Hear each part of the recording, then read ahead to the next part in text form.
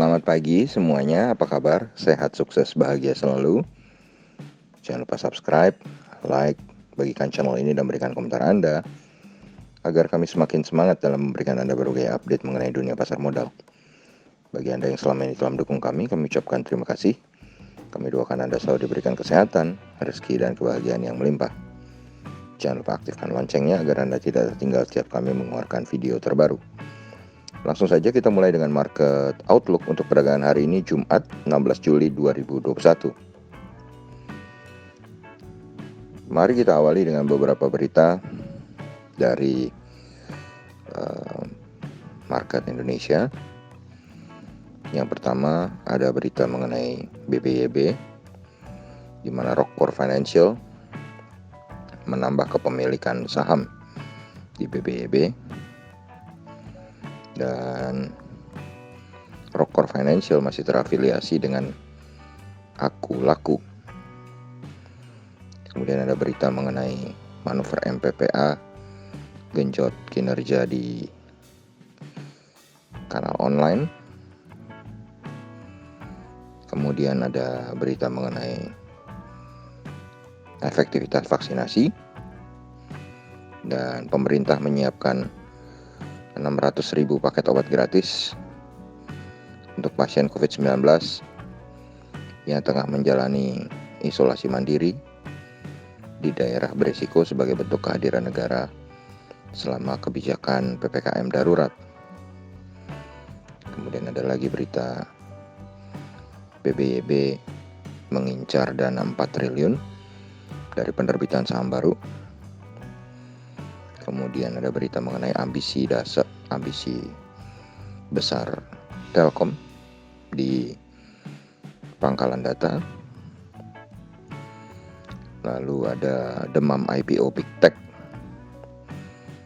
melanda investor Indonesia. Jadi banyak yang saham-sahamnya dijual untuk masuk ke Big Tech. Kemudian ada berita transformasi BUMN dipercepat.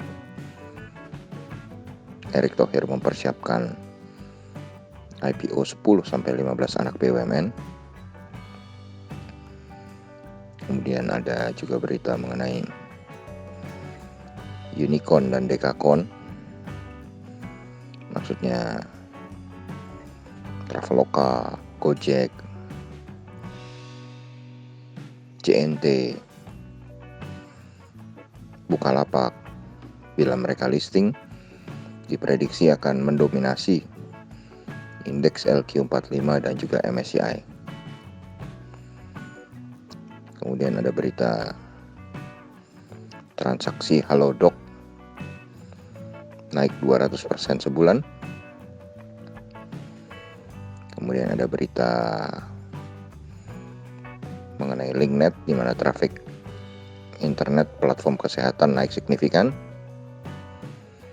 Kemudian ada berita Kalbe Farma kembangkan ekosistem obat herbal. Kemudian ada berita Indofarma komitmen meningkatkan nilai TKDN atau tingkat komponen dalam negeri. Lalu ada berita mengenai Menteri Perdagangan melobi Amerika Serikat. Jadi Menteri Perdagangan melobi Amerika untuk mendatangkan vaksin mRNA, di mana akhirnya RI dapat lagi juga tambahan vaksin 1,5 juta jenis Moderna dan 1,1 juta vaksin AstraZeneca sebagai hasil lobby dari pemerintah Amerika Serikat. Kemudian ada berita untuk ekspansi data center.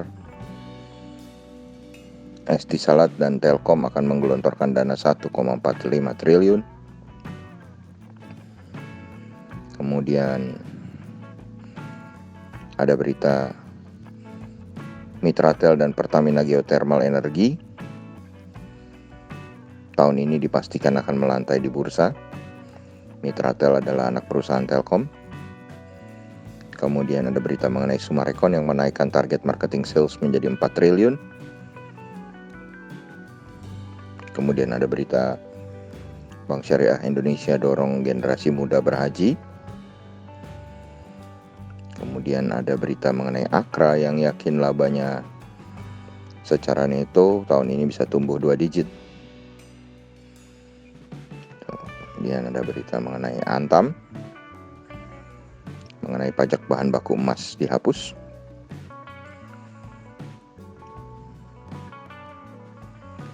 Demikianlah beberapa berita yang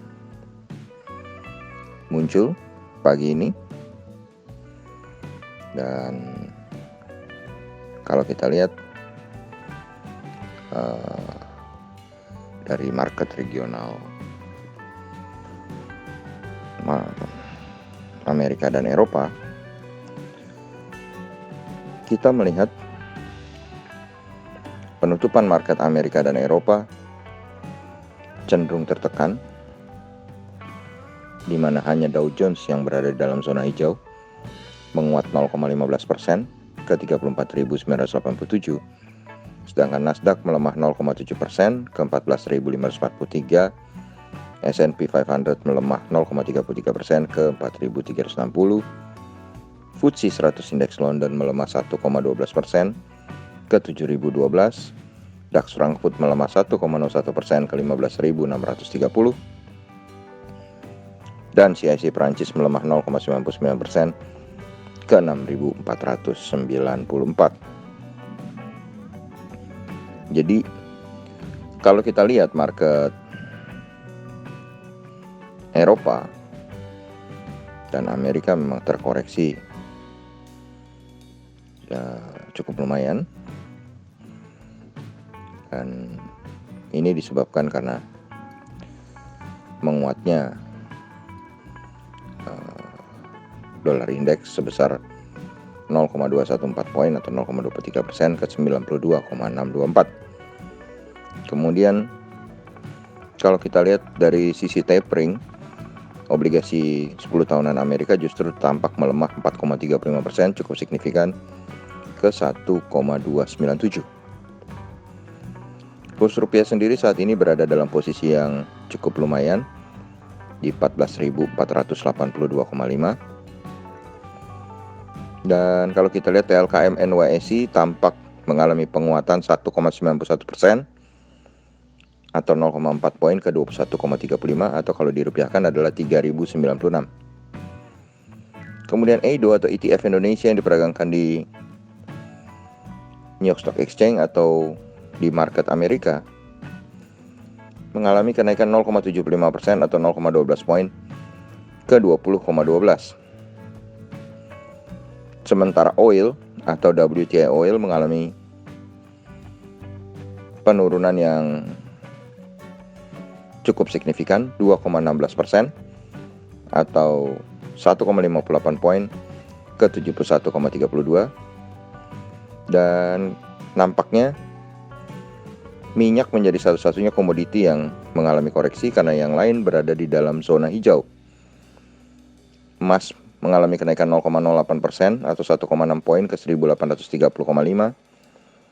Timah mengalami kenaikan 1,56% ke 33.995,5. Nikel mengalami kenaikan 0,89% ke 18.735. Batu bara Newcastle kembali mengalami kenaikan 1,04% untuk kontrak bulan Juli ke 146. Untuk kontrak bulan Agustus, batu bara Newcastle kembali mengalami kenaikan 1,94% ke 147. Sementara kontrak bulan Juli, batu bara Rotterdam naik tipis saja 0,19%